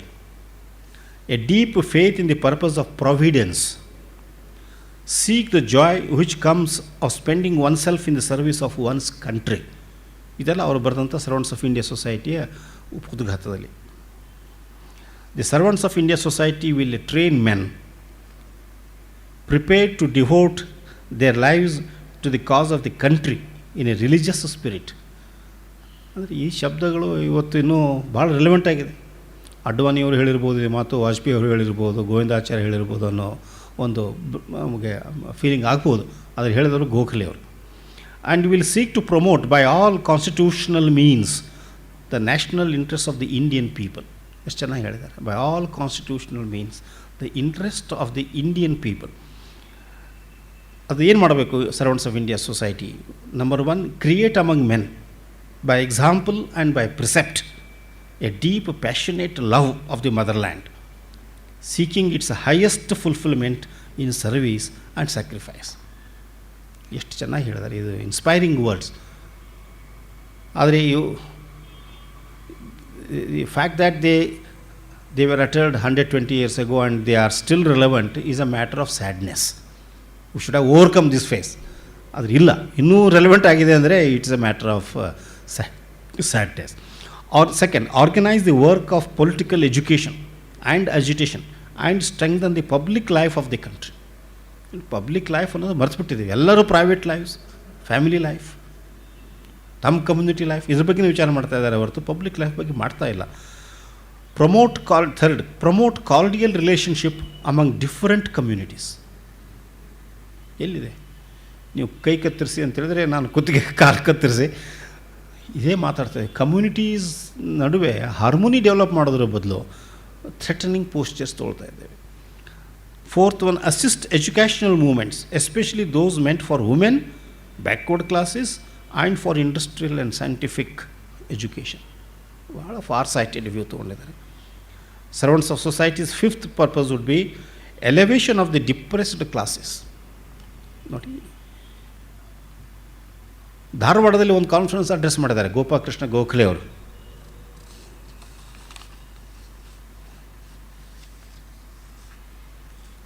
(1903) ಆ Dharwad social ಕಾನ್ಫರೆನ್ಸ್ದಲ್ಲಿ 1903 ಗೋಖಲೆಯವರು depress classes uplift ಬಗ್ಗೆ ಭಾಳ ಚೆನ್ನಾಗಿ ಮಾತಾಡೋದು. ಒಂದು paragraph ಬರ್ಕೊಂಬಂದಿದೆ. ಅಂದರೆ 1903 ಇವತ್ತು 2009 ಇನ್ನೂವರೆಗೂ ಮಾತಾಡೋದೇ ಆಯಿತು ಡಿಪ್ರೆಸ್ ಕ್ಲಾಸಸ್ ಬಗ್ಗೆ. ನಾವು we are shedding copious tears. Depress have remain depressed, very sad. ಆದರೆ ಅಂಥ ಮನುಷ್ಯರಿದ್ದರೆ ಗೋಖಲೆ ಅವರು ಮತ್ತು ಅವರು ಸರ್ವೆಂಟ್ಸ್ ಆಫ್ ಇಂಡಿಯಾ ಸೊಸೈಟಿ ಅಂತವ್ರು ಇದ್ದು ನಿಜವಾಗಿ ಪ್ರಯತ್ನ ಮಾಡಿ ಅವರಿಗೆ ಲಕ್ ಒಳ್ಳೆಯದಾಗಿದ್ದರೆ ಎಷ್ಟೋ ಉದ್ಧಾರ ಆಗ್ತಾಯಿತ್ತು. 1905 ಕಾಶಿಯಲ್ಲಿ ನಡೆದಂಥ, ಬನಾರಸಲ್ಲಿ ನಡೆದಂಥ ಕಾಂಗ್ರೆಸ್ ಅಧಿವೇಶನಕ್ಕೆ ಅವ್ರನ್ನ ಅಧ್ಯಕ್ಷರನ್ನಾಗಿ ಮಾಡಿದರು. ಅಲ್ಲಿಯೂ ಸಹಿತ ಅವರು ತಮ್ಮ ಪ್ರಪೋಸಲ್ಸನ್ನು ಇಡ್ತಾರೆ, which is parallel to servants of India society objectives. ಅದರಲ್ಲಿ ಪ್ರತಿಪಾದನೆ ಮಾಡಿದ ಒಂದು 9 ಅಂಶಗಳಿವೆ. ಒಂದು, reform of the legislative council. ಎಷ್ಟು ಕಾನ್ಸ್ಟಿಟ್ಯೂಷನಲ್ ಆಗಿ ಮಾತಾಡ್ತಾ ಇದ್ದಾರೆ. ವಿರೋಧ ಕಟ್ಟಿಕೊಳ್ಳಾರ್ದೇ ಪ್ಲೀ ಮಾಡಿ ಒಂದು ರಿಕ್ವೆಸ್ಟ್ ಮಾಡ್ಕೊಂಡು ಬ್ರಿಟಿಷ್ ಸರ್ಕಾರಕ್ಕೆ, ಲಂಡನ್ ಸರ್ಕಾರಕ್ಕೆ, ಈ imperial legislative council number of ಸೀಟ್ಸನ್ನು ಇನ್ಕ್ರೀಸ್ ಮಾಡಿ, ಇಂಡಿಯನ್ ರೆಪ್ರೆಸೆಂಟೇಷನ್ ಜಾಸ್ತಿ ಮಾಡಿ, raise the number of elected members at least to 50%. ಆನಂತರ ಬಜೆಟ್ ಪಾಸ್ ಮಾಡಲಿಕ್ಕೆ ಅಧಿಕಾರ ಕೊಡಿ ಲೆಜಿಸ್ಲೇಟಿವ್ ಕೌನ್ಸಿಲ್ಗೆ. ಅದು ಅಧಿಕಾರ ಅಂತ ಇರಲಿಲ್ಲ, it was only to be discussed. ಅದಕ್ಕೆ ಪಾಸ್ ಮಾಡಲಿಕ್ಕೆ ಅಧಿಕಾರ ಕೊಡಿ. ಆಮೇಲೆ Indians to be nominated to the India council. ಅಲ್ಲಿವರೆಗೂ ಇಂಡಿಯನ್ಸನ್ನು ನಾಮಿನೇಟ್ ಮಾಡ್ತಾ ಇರಲಿಲ್ಲ, ಮಾಡಿ ಅಂತ. ಅಂದರೆ ನೀವು ಭಾಳಷ್ಟು ಅಧ್ಯಯನ ಮಾಡಿಕೊಂಡು ಒಳ್ಳೆಯ ಲಾಯರ್ ಹಾಗೆ ಕನ್ವಿನ್ಸ್ ಮಾಡೋ ಎಬಿಲಿಟಿ ಇಟ್ಕೊಂಡು ಒಳ್ಳೆಯ ಶಬ್ದಗಳಲ್ಲಿ, ವಾಕ್ಯಗಳಲ್ಲಿ ನೀವು ಮಾತನಾಡಿದರೆ ಅದರ ಪರಿಣಾಮ ಭಾಳ ಆಗುತ್ತೆ. ಕೇವಲ ಸ್ಲೋಗನ್ ಹಾಕೋದು, ವಾಕೌಟ್ ಮಾಡೋದು, ಧರಣ ಕೊಡೋದು, ಬೈಯೋದ್ರಿಂದ ಆಗೋದಿಲ್ಲ. It should be convincingly argued. ಅದನ್ನು ಅವ್ರು ಮಾಡ್ತಾಯಿದ್ರು. ಅದಕ್ಕೆ ಕೊನೆಗೆ ಬ್ರಿಟಿಷ್ ಸರ್ಕಾರ ಒಪ್ಪಿಕೊಳ್ಳುತ್ತೆ ಇವೆಲ್ಲಗಳನ್ನು. ಒಂದಿಲ್ಲ ಒಂದು ಸ್ಟೇಜಲ್ಲಿ ಇವನ್ನೆಲ್ಲ ಒಪ್ಪಿಕೊಂಡು ಇಂಪ್ಲಿಮೆಂಟ್ ಮಾಡ್ತಾರೆ. 3 Indians must be nominated, at least 3. Then creation of advisory boards for all districts. ನಾವು ಇಂದು ಪಂಚಾಯತ್ ರಾಜ್ ಇಂಪ್ಲಿಮೆಂಟ್ ಮಾಡೋ ಸ್ಟೇಜಲ್ಲೇ ಇದ್ದೇವೆ. ಆದರೆ ಅವರು ಆಗಲೇ ಹೇಳಿದ್ದಾರೆ, every district must have district council of advisory boards. ಅದನ್ನೇ DC ಅಥವಾ collector must compulsorily consult before implementing any measures or planning up development.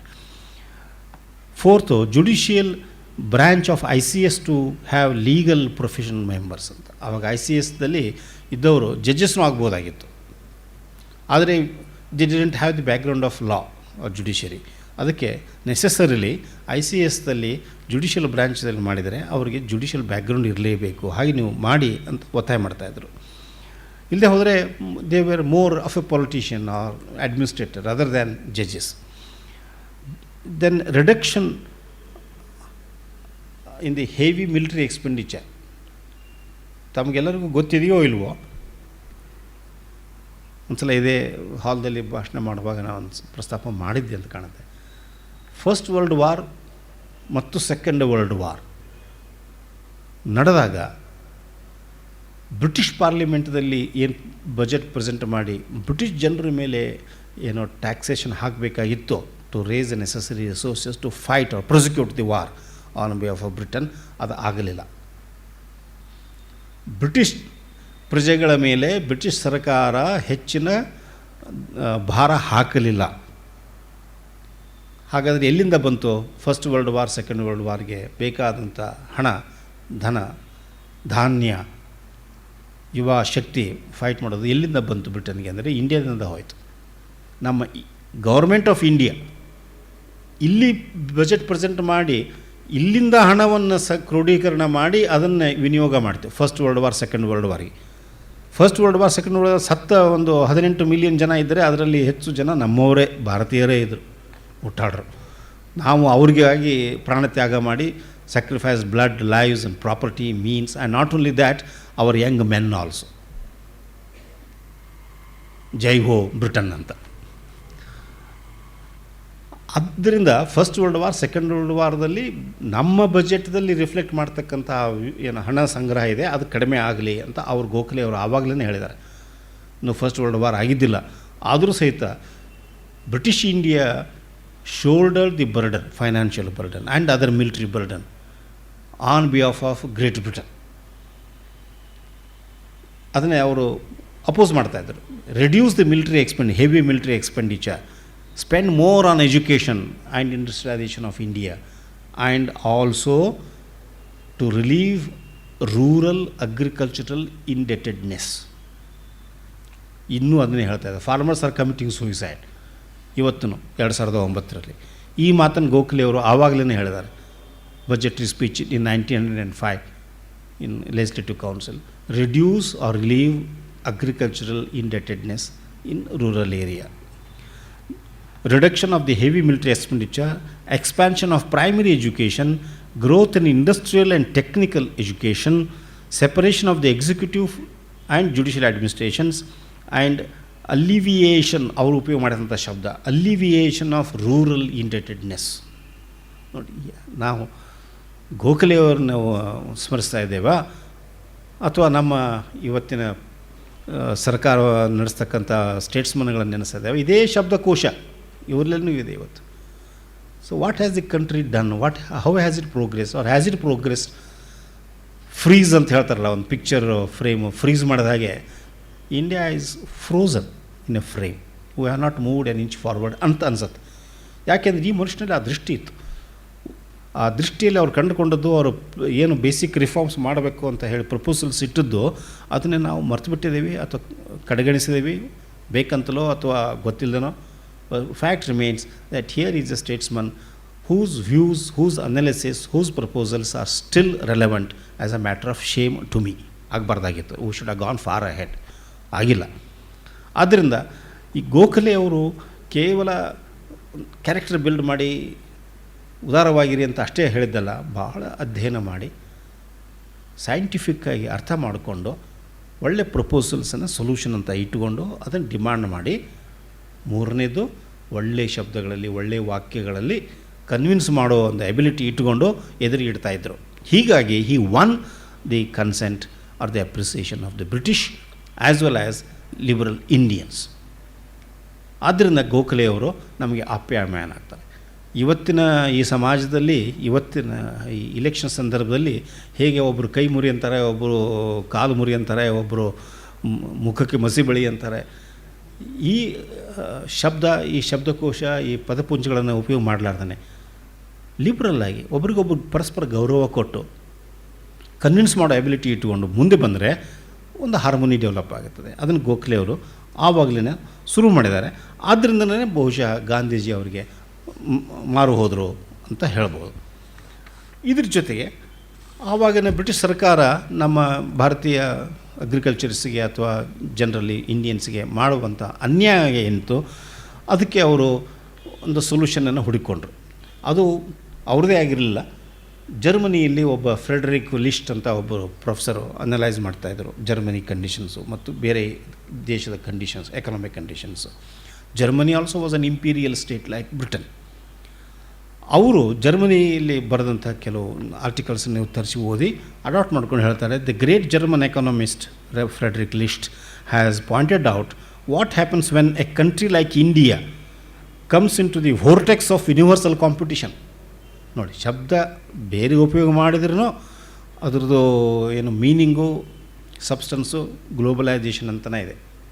When a country like India comes in to the vortex of universal competition, the first effect is to sweep off local industries and the country is thrust back on agriculture and rendered on almost entirely on agriculture for some time. ಅಂದರೆ ಏನಾಗುತ್ತೆ, agriculture country industrial country ಆಗಲಿಕ್ಕೆ ಬಿಡೋದಿಲ್ಲ. Agriculture country agricultural ಆಗಿ ಉಳಿಬೇಕು, ಹಾಳಾಗಬೇಕು. And then comes, he says, the duty of the state to intervene, which should provide a judicious system of protection. Judicious system of protection. Personally, I think for the present, the state should give such help as it can without running counter to the principles of free trade. ಇದು ಭಾಳ ಎನಿಗ್ಮ್ಯಾಟಿಕ್ statement of Gokhale. ಅವರು free trade ಅಂದ್ರೇ ಲಿಬ್ರಲಿಸಮ್, ಅದು capitalism, ಅದರ ಪ್ರತಿಪಾದಕನೂ ಹೌದು ನಾನು ಅಂತ ಒಪ್ಪಿಕೊಳ್ತಾರೆ. Principles of a free trade ಅದು ಕರೆಕ್ಟ್ ಇದೆ, ಹಾಗಿರಬೇಕು. ಆದರೆ ಅದಕ್ಕೆ ವಿರುದ್ಧವಾಗಿರಲಾರ್ದೇ ಅನುಕೂಲಕರವಾಗಿದ್ದಂಥ ಸ್ಟೇಟ್ ಪ್ರೊಟೆಕ್ಷನನ್ನು ಕೊಡಬೇಕು ನಮ್ಮ ಇಂಡಸ್ಟ್ರಿಗೆ. ಅಗ್ರಿಕಲ್ಚರ್ಗೂ ಹೆಲ್ಪ್ ಆಗುತ್ತೆ, ಇಂಡಸ್ಟ್ರಿಗೂ ಹೆಲ್ಪ್ ಆಗುತ್ತೆ. ಈ ಒಂದು ದ್ವಿವಿಧ ಇದೆ. Whether we should say goodbye to protectionism of England and ask for our own measures, or we should combine protectionism of England with help to our industries, with help to our agriculture.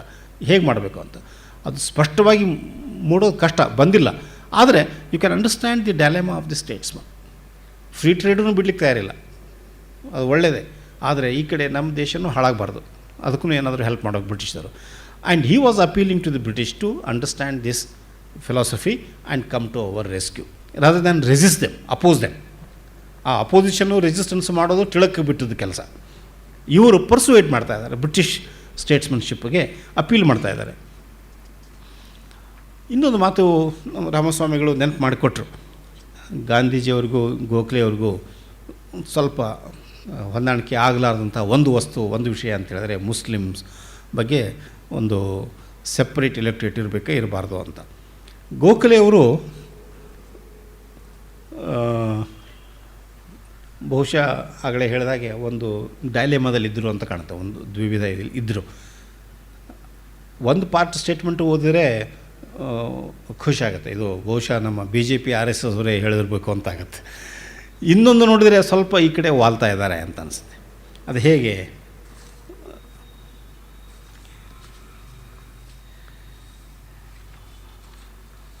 ಇದು nation building ಬಗ್ಗೆ ಅವ್ರು ಮಾಡಿದಂಥ ಒಂದು ಭಾಷಣ. It was ಅರ್ಜ್ಡ್, ಇದು ಕೌನ್ಸಿಲ್ದಲ್ಲಿ ಹೇಳಿದ್ದಾರೆ, it was urged that Mohammedans had ruled India for 5 centuries. It must not, however, be forgotten that the Hindus had ruled for countless centuries before them and even afterwards. ಎಷ್ಟು ಚೆನ್ನಾಗಿ ಹೇಳಿದ್ದಾರೆ, without hurting them. It was urged that Mohammedans had ruled India for 5 centuries.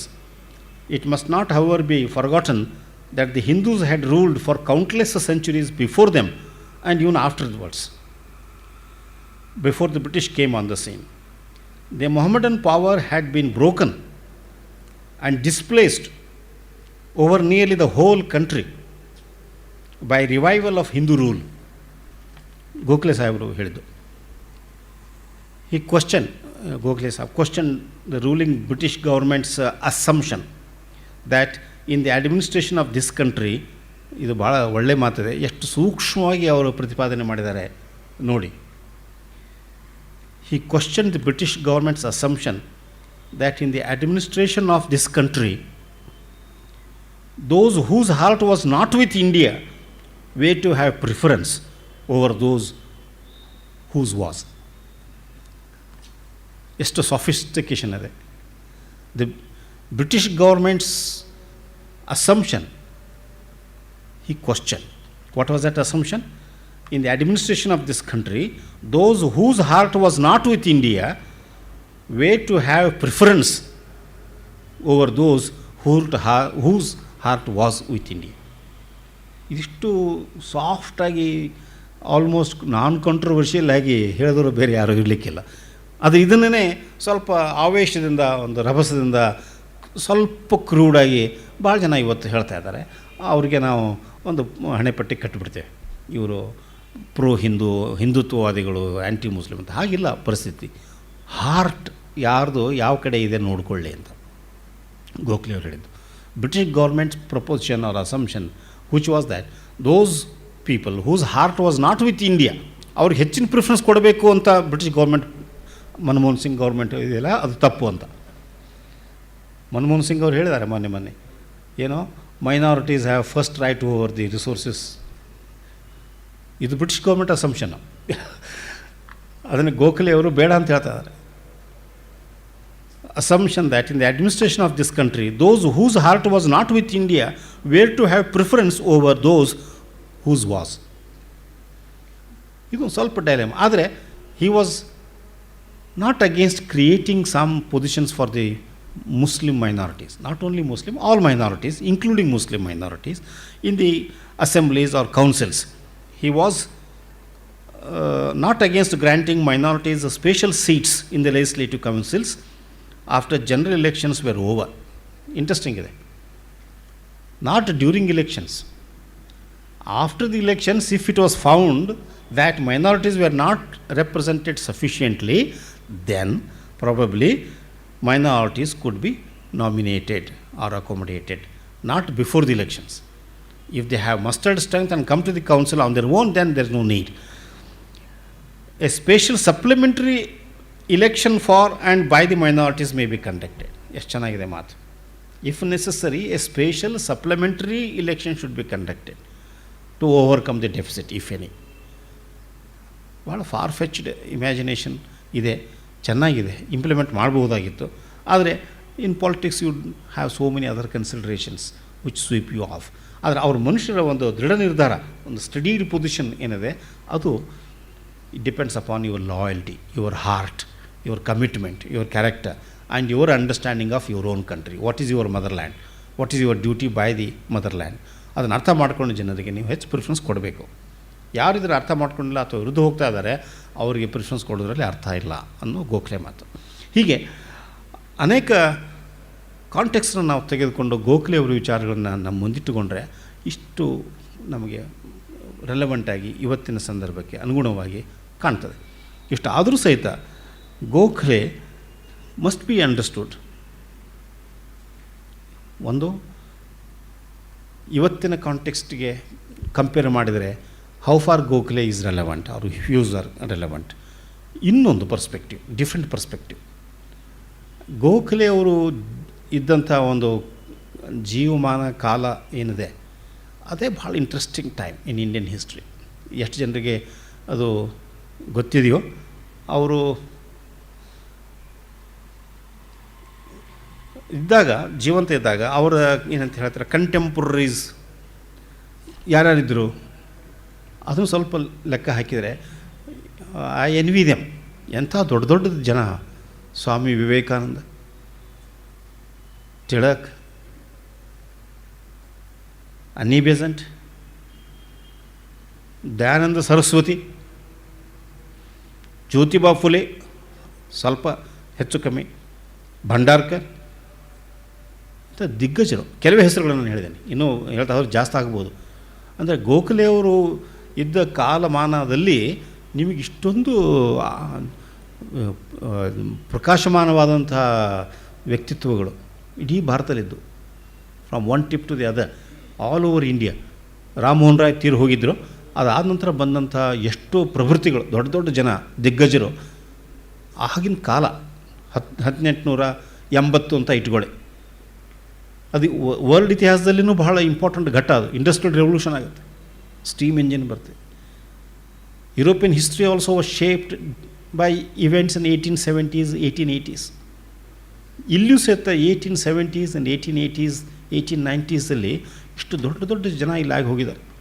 ಎಷ್ಟು ಉದಾತ್ತ ಜೀವಗಳು, ದೊಡ್ಡ ಜೀವಗಳು ಮೆರೆದು ಹೋದು. ಅದರ ಲಾಭ ನಾವು ಪಡೆದ್ವಾ ನಿಜವಾಗಿ? ಏನೋ ಒಂದು ಕ್ಷುಲ್ಲಕ ಕಾರಣ, ವೈಯಕ್ತಿಕ ಕಾರಣ, ಈಗೋಟಿಸಮು, ಕಾಲು ಜಗ್ಗೋ ಪ್ರವೃತ್ತಿ, ಇದರಿಂದ ಇಷ್ಟು ದೊಡ್ಡ ದೊಡ್ಡ ಜನ ನಮ್ಮ ಮಧ್ಯೆ ಇದ್ದು 1880 ಹೆಚ್ಚು ಕಮ್ಮಿ ಇದ್ದರೂ ಸಹಿತ ನಾವು ಏನಂತ ಗಳಿಸಲಿಲ್ಲ. ನಾವು ಪುಣ್ಯವಂತರಲ್ಲ ಅಂತ ಅನಿಸುತ್ತೆ ಆ ರೀತಿ ನೋಡಿದರೆ. ಅದೇ ಯುರೋಪದಲ್ಲಿ ಇಂಥ ಘಟನೆಗಳು ಅಲ್ಲಿಯೂ ಆಗ್ತಾಯಿದ್ದಾರೆ. ಅವರು ಎಷ್ಟು ಮುಂದೆ ಹೋಗಿಬಿಟ್ರು, ನಾವೆಲ್ಲೋ ಉಳಿದು ಹೋದ್ವಿ. 2 ಯುದ್ಧಗಳನ್ನು ಮಾಡಿ ಸಾವಿರ ಲಕ್ಷ ಅಲ್ಲ, millions of people died on both sides of Europe. Germany ಆಗ್ಬೋದು, ಫ್ರಾನ್ಸ್ ಆಗ್ಬೋದು, ಇಂಗ್ಲೆಂಡ್ ಆಗ್ಬೋದು, ರಷ್ಯಾ ಆಗ್ಬೋದು. But they have overtaken everybody else.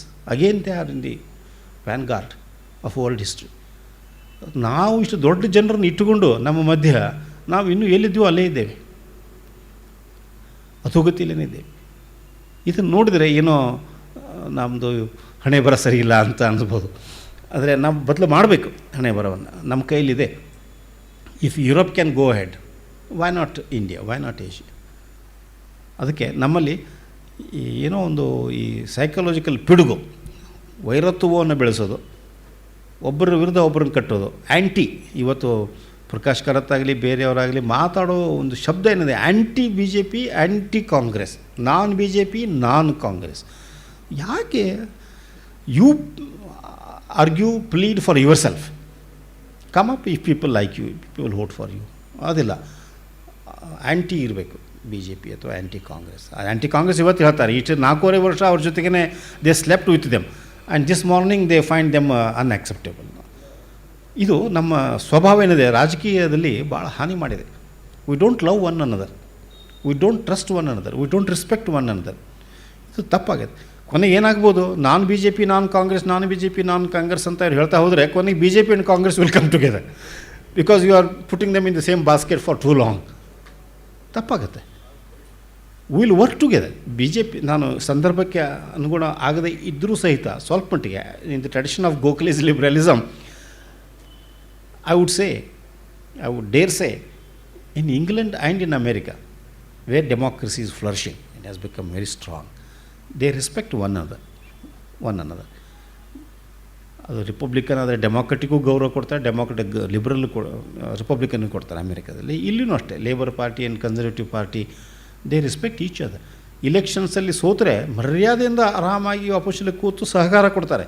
ನಮ್ಮಲ್ಲಿ ಸಾಧ್ಯವೇ ಇಲ್ಲ. ಇವತ್ತು ರಾಜೀನಾಮೆ ಕೊಡಬೇಕು, ಯಡಿಯೂರಪ್ಪ ಆಗಲಿ ನರೇಂದ್ರ ಮೋದಿ ಆಗಲಿ, ಅವ್ರು ಸಹಿಸ್ಲಿಕ್ಕೆ ತಯಾರಿಲ್ಲ. ಅವ್ರು ಕೂತು ವೇದಿಕೆಯಲ್ಲಿ ನಾವು ಕೂಡ್ಲಿಕ್ಕೆ ತಯಾರಿಲ್ಲ. ಆ್ಯಸ್ ದೋ ವಿ ಆರ್ ಬಾರ್ನ್ ಎನಿಮೀಸ್. ಹೇಗೆ ಸಾಧ್ಯ ಇದು? ಎಂಥ ಪೊಲಿಟಿಕಲ್ ಮ್ಯಾಚುರಿಟಿ ನಮ್ಮಲ್ಲಿರೋದು? ಏನಾಗುತ್ತೆ? ಆಕಾಶ ಕಳಚಿ ಬಿದ್ದು ಬಿಡುತ್ತಾ? ಇಲೆಕ್ಷನ್ ರಿಸಲ್ಟ್ಸ್ ನಾಳೆ ಬಂದು ಯಾಕೆ ರಾಜೀನಾಮೆ ಕೊಡಬೇಕು? ಯಾರೇ ಆಗಲಿ, ಯಾವ ಪಕ್ಷದವರೇ ಆಗಲಿ, ಸಹಿಸ್ಲಿಕ್ಕೆ ನಾವು ತಯಾರಿಲ್ಲ. ಒಂದೇನೋ ಘಟನೆ ಆಯಿತು, ಆ್ಯಕ್ಸಿಡೆಂಟ್ ಆಯಿತು, ಒಂದು ಇಲ್ಲಿಸಿಟ್ ಲಿಕ್ಕರ್ ಕುಡಿದ್ರು, ಗೋಳಿಬಾರ್ ಮಾಡಿದರು, ಸತ್ತರು ಅಂತ ರಾಜೀನಾಮೆ ಕೊಡಬೇಕು. ಯಾಕೆ ರಾಜೀನಾಮೆ? ನೀವು ಬಂದು ಕೂತ್ಕೊಳ್ಬೇಕು ಅಂತ. ಈ ಪ್ರವೃತ್ತಿನದೇ you cannot survive without seat of power. ಇದು ಹೋಗಿ sense of sacrifice, sense of duty ಬರಬೇಕು. ಇಂಗ್ಲೆಂಡ್ ಅಮೇರಿಕಾದಲ್ಲಿ ಇಲೆಕ್ಷನ್ ಆದ ನಂತರ ಇಲೆಕ್ಷನ್ ರಿಸಲ್ಟ್ಸನ್ನು ಒಪ್ಪಿಕೊಳ್ತಾರೆ. ಹೆರಾಲ್ಡ್ ವಿಲ್ಸನ್ಗೆ 4 ಸೀಟ್ ಮೆಜಾರಿಟಿ ಇತ್ತು ಲೇಬರ್ ಪಾರ್ಟಿ ಕನ್ಸರ್ವೇಟಿವ್ ಪಾರ್ಟಿ ವಿರುದ್ಧ. ಆ 4 ಜನರು ನಮ್ಮ ದೇಶದಲ್ಲಿದ್ದರೆ ಅವ್ರಿಗೆ ಪ್ರಧಾನಮಂತ್ರಿನೋ ಅಥವಾ ಗೃಹ ಮಂತ್ರಿನೋ ಫೈನಾನ್ಸ್ ಮಂತ್ರಿನೋ ಮಾಡ್ತೇವೆ ಅಂತ ಆಸೆ ಹಚ್ಚಿಬಿಟ್ಟು ಈ ಕಡೆ ಡಿಫೆಕ್ಟ್ ಮಾಡಿಸಿಕೊಂಡು ಮಾಡಿಬಿಡ್ತಾಯಿದ್ರು. ಇಂಗ್ಲೆಂಡದಲ್ಲಿ 5 ವರ್ಷನೂ ಅವ್ರು ರಾಜ್ಯ ಮಾಡಿದರು ಹೆರಾಲ್ಡ್ ವಿಲ್ಸನ್. ಈ 4 ಜನರು ಏನು ಮೆಜಾರಿಟಿ ಇತ್ತು, ಅದರಲ್ಲಿ 3 ಜನ ಸತ್ತು ಹೋದರು. Natural death, not planned murders. ಒಬ್ಬರು ಯಾವುದೋ ಕಾರಣಕ್ಕೆ ರಾಜೀನಾಮೆ ಕೊಟ್ಟರು. ಮೈನಾರಿಟಿ ಆದರೂ ಸಹಿತ opposition conservative party did not ask for the resignation of Harold Wilson. ನಿಮ್ಮ ಮೆಜಾರಿಟಿ ಕಳೆದು ಹೋಗಿದೆ, ಕೊಡಿ ರಾಜೀನಾಮೆ ಕೊಡಿ, ನಾವು ಬಂದು ಕೂತ್ಕೊಳ್ತೇವೆ. ಕೇಳಲೇ ಇಲ್ಲ ಅವರು, ಬೇಡ ಅಂದರು. ನಿಮಗೆ ಮ್ಯಾಂಡೇಟ್ ಬಂದಿದೆ, 5 ವರ್ಷ ನೀವು ಮಾಡಿ, ಮುಂದಿನ ಎಲೆಕ್ಷನ್ ನೋಡ್ಕೊಳ್ಳೋಣ ಅಂತ. ಆ ಒಂದು commitment to public life and not to power ನಮ್ಮಲ್ಲಿಲ್ಲ. ಅದಕ್ಕೆ 5 ವರ್ಷದಲ್ಲಿ ಏನು ಆಕಾಶ ಕಳಿಸಿಬಿಡೋದಿಲ್ಲ, ಕಾಯ್ಬೋದು, ನಿಧಾನವಾಗಿ ತಯಾರಾಗ್ಬೋದು ಆಟಕ್ಕೆ. You can come back and play the game once again after 5 years. ಆ ಪ್ರವೃತ್ತಿ ನಮ್ಮಲ್ಲಿಲ್ಲ. ಯಾಕೆ ಇಲ್ಲ? ಡೆಮೋಕ್ರೆಟಿಕ್ ಟೆಂಪರಮೆಂಟ್ ಇಲ್ಲ ನಮ್ಮಲ್ಲಿ. ಆ ಡೆಮೋಕ್ರೆಟಿಕ್ ಟೆಂಪರ್ ಬರಬೇಕಾದ್ರೆ ನಾವು ಗೋಖಲೆಯವರು ಹೇಳಿದ ಮಾತನ್ನು, ಗಾಂಧೀಜಿ ಹೇಳಿದ ಮಾತನ್ನು ಅನುಸರಿಸಬೇಕು. ಕೇವಲ ಪುನರುಚ್ಚಾರಣೆ ಮಾಡೋದರಿಂದ ಆಗೋದಿಲ್ಲ, ಅದನ್ನು ಅನುಷ್ಠಾನಕ್ಕೆ ತರಬೇಕು. Politics is A spiritual exercise ಅಂತ ನಾವು ಮನಗಣಬೇಕು. ನನ್ನ ಫ್ಯಾಮಿಲಿ, ನಾನಿರದೆ ಹೋದರೆ, ನನ್ನ ಮಕ್ಕಳು ಅವರಿಲ್ಲದೆ ಹೋದರೆ ಏನೂ ಇಲ್ಲ ಅಂತ ಹೀಗೆ ಭಾವನೆಯಿಂದ ನಾವು ಪೊಲಿಟಿಕ್ಸ್ ಬಂದರೆ it is not spiritualisation. Bankruptcy ಆಗುತ್ತೆ, ವ್ಯಾಲ್ಯೂಲೆಸ್ ಆಗುತ್ತೆ, ಪರ್ವರ್ಷನ್ ಆಗುತ್ತೆ. ಅದು ಹಾಗಾಗಬಾರ್ದು ಅಂತಂದರೆ we should go back to Gokhale. Gandhiji ಹೇಳಿದಾಗೆ ಅಥವಾ ಗೋಖಲೆ ಹೇಳಿದಾಗೆ we must spiritualise politics. Politics is a matter of service to the society. ಆ ಸರ್ವಿಸ್ ಕೊಡಲಿಕ್ಕೆ ನನ್ನಲ್ಲಿ ಯೋಗ್ಯತೆ ಇರಬೇಕು. ನಾನು ಯೋಗ್ಯತೆ ಬೆಳೆಸಿಕೊಂಡು ಸರ್ವಿಸ್ ಮಾಡಿದರೆ, ಸೆಲ್ಫ್ ಸ್ಯಾಕ್ರಿಫೈಸು ಅಥವಾ ಇಂಟೆಲಿಜೆನ್ಸು ಅದು ಮಾಡಿದರೆ ಆಗುತ್ತೆ, ದೇಶ ಉದ್ಧಾರ ಆಗುತ್ತೆ. ಅಲ್ಲಿ ತನಕ ಆಗೋದಿಲ್ಲ. ಆದ್ದರಿಂದ ಗೋಖಲೆ ಅವರು ಜೀವಿಸಿದ ಒಂದು ಕಾಲ, ಅವರ ಒಡನಾಡಿಗಳು ಅಥವಾ ರೈವಲ್ಸು ಅಥವಾ ಬೇರೆ ಜನರ ಒಂದು ಲಿಸ್ಟ್ ತಯಾರು ಮಾಡಿ ಓದಿದರೆ ನಮಗೆ ದಿಗ್ಭ್ರಮೆ ಆಗುತ್ತೆ. ಇಷ್ಟು ದೊಡ್ಡ ದೊಡ್ಡ ಜನರ ಮಧ್ಯೆ ಅವರು ಬದುಕಿದ್ರಲ್ಲ, ಅವ್ರ ಮಧ್ಯೆ ಇವರು ಬದುಕಿದ್ರಲ್ಲ. ಇವತ್ತಿನ ದೇಶದಲ್ಲಿ ನಮ್ಮ ಪ್ರವೃತ್ತಿಗಳು ಯಾರ್ಯಾರು ಅಂತ ಲಿಸ್ಟ್ ಮಾಡಿದರೆ most of them are fit to go to jail or they have come out of the jail. Criminals in politics. ಎಷ್ಟು ಒಂದು ರೀತಿಯಿಂದ ಗೋಖಲೆಯವರು ನಮ್ಮನ್ನೇ ಉದ್ದೇಶಿಸಿ ಹೇಳ್ತಾ ಇದ್ದಾರೇನೋ ಅಂತ ಅನಿಸ್ತದೆ. ಎಲ್ಲಿದ್ದಾರೆ spiritual leaders? Where are they in politics? ಅದಕ್ಕೆ ನಾವು ಗೋಖಲೆಯವರು ಹುಟ್ಟಿದ ದಿವಸ ಅಂತ ಅದು ನೆಪ ಮಾಡಿಕೊಂಡು ಆದರೂ ಪರವಾಗಿಲ್ಲ, ಅವರ ಲೇಖನಗಳನ್ನು ಪುನಃ ಓದಬೇಕು, ಕಲಿಬೇಕು, ಅದನ್ನು ನಾವು ಅಳವಡಿಸಿಕೊಳ್ಬೇಕು, ಅನುಷ್ಠಾನಕ್ಕೆ ತರಬೇಕು. ಅಂದರೆ ಮಾತ್ರ ಗೋಖಲೆಯವ್ರಿಗೂ ಸಮಾಧಾನ ಆದಿತ್ತು, ನಮ್ಮ ದೇಶಕ್ಕೂ ಒಳ್ಳೆಯದಾದಿತ್ತು. ಇಷ್ಟು ಹೇಳಲಿಕ್ಕೆ ಒಂದು ಅವಕಾಶ ಮಾಡಿಕೊಟ್ಟಂಥ ಗೋಖಲೆ ಇನ್ಸ್ಟಿಟ್ಯೂಟ್ದವರಿಗೆ ನನ್ನ ಧನ್ಯತೆಗಳನ್ನು ತಿಳಿಸ್ತೇನೆ. ನಮಸ್ಕಾರ ಸರ್. RLM ಪಾಟೀಲ್ ಅವರು ಗೋಖಲೆ ಅವರ ವಾರಸಿಕೆಯನ್ನು ಬಹಳ ಮನಮುಟ್ಟುವಂತೆ ನೆನಪು ಮಾಡಿಕೊಟ್ಟಿದ್ದಾರೆ. ನಾನು ಆಗಲೇ ಹೇಳಿದೆ, DVG ಅವರಿಗೆ ಪ್ರೇರಕ ಸ್ಥಾನವಾಗಿದ್ದವರು ಗೋಖಲೆ ಅಂತ. ವೈಚಾರಿಕವಾಗಿ DVG ಅವರಿಗೆ ಗೋಖಲೆ ಅವರು ಪ್ರೇರಕ ಸ್ಥಾನ ಆಗಿದ್ದದ್ದು ಮಾತ್ರವಲ್ಲ, ವಾಸ್ತವ ಜೀವನದಲ್ಲಿಯೂ ಕೂಡ DVG ಅವರನ್ನು ಸಾರ್ವಜನಿಕ ಜೀವನಕ್ಕೆ ಹಚ್ಚಿದವರು ಸರ್ವೆಂಟ್ಸ್ ಆಫ್ ಇಂಡಿಯಾ ಸೊಸೈಟಿಯ ಸದಸ್ಯರಾಗಿದ್ದ ವಾಜಪೇಯಿ ವೆಂಕಟಸುಬ್ಬಯ್ಯ. ಹೀಗೆ ಸರ್ವೆಂಟ್ಸ್ ಆಫ್ ಇಂಡಿಯಾ ಸೊಸೈಟಿಯ ಜೊತೆ DVG ಅವರ ಸಂಬಂಧ ಘನಿಷ್ಠವಾಗಿತ್ತು. ಸರ್ವೆಂಟ್ಸ್ ಆಫ್ ಇಂಡಿಯಾ ಸೊಸೈಟಿನವರು DVG ಅವರನ್ನು ಅವರ ಅನಧಿಕೃತ ಸದಸ್ಯರು ಅಂತಲೇ ಪರಿಗಣಿಸಿದ್ದರು.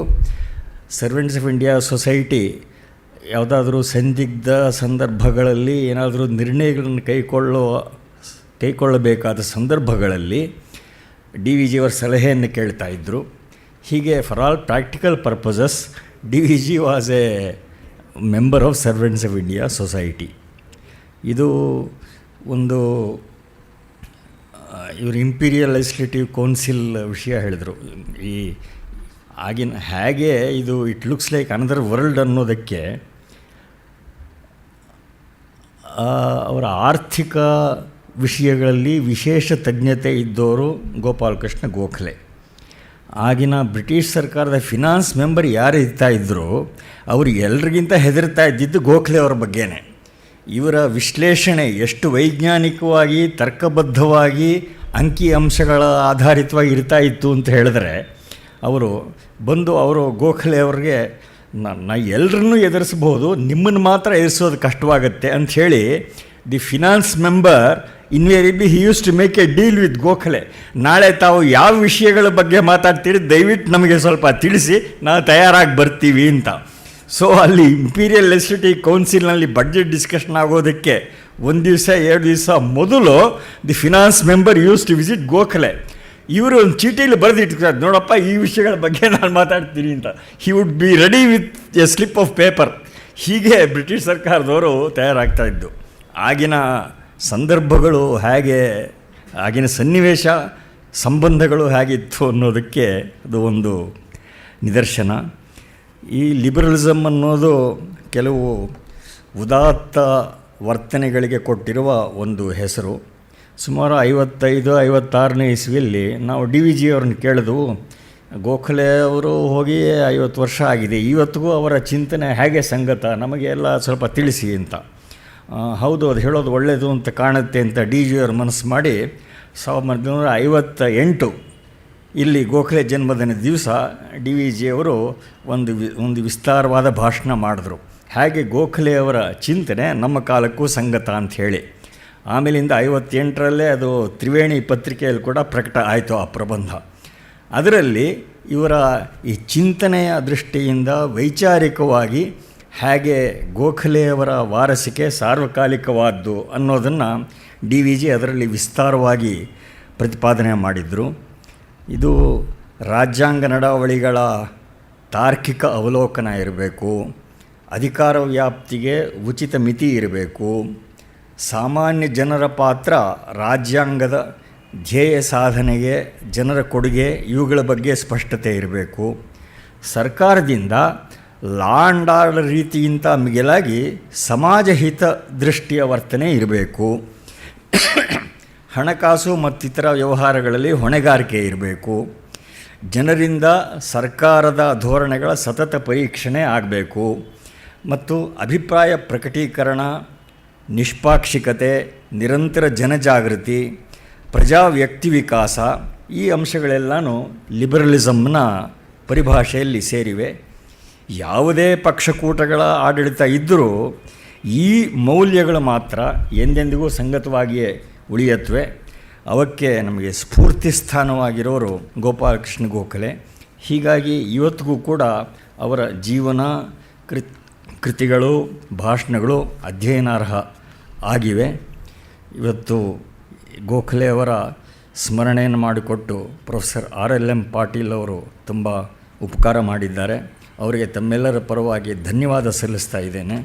ಕಾರ್ಯಕ್ರಮದ ನಂತರ ಸಿಹಿ ವಿತರಣೆ ಇದೆ, ದಯವಿಟ್ಟು ಎಲ್ಲರೂ ಸಿಹಿಯನ್ನು ಸ್ವೀಕರಿಸಿ ಹೋಗಬೇಕು. ಈಗ ನಮ್ಮ ಕಾರ್ಯಕಾರಿಣಿಯ ಹಿರಿಯ ಸದಸ್ಯರಾದ ಸನ್ಮಾನ್ಯ ವೆಂಕಟಸ್ವಾಮಿ ಅವರು ಬಂದು ಪ್ರೊಫೆಸರ್ ಪಾಟೀಲ್ ಅವ್ರನ್ನ ಗೌರವಿಸಬೇಕು ಅಂತ ಕೇಳ್ಕೊತೀನಿ.